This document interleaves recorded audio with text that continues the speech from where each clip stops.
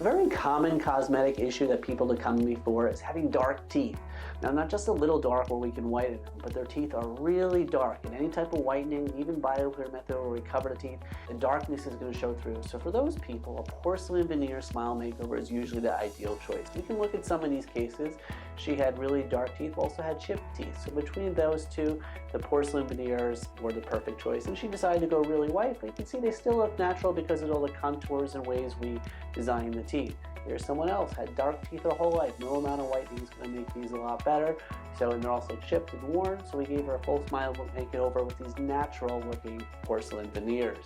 Here's another case, and this person not only had dark teeth, genetic, born that way, but also some damage done from cavities and things like that. Teeth are also worn down. These are actually an upper and lower 20 porcelain veneers, and it just changes people's lives. So if you have dark teeth and have chipped teeth as well, and you want that bright white smile, the porcelain veneers might be the best choice for you.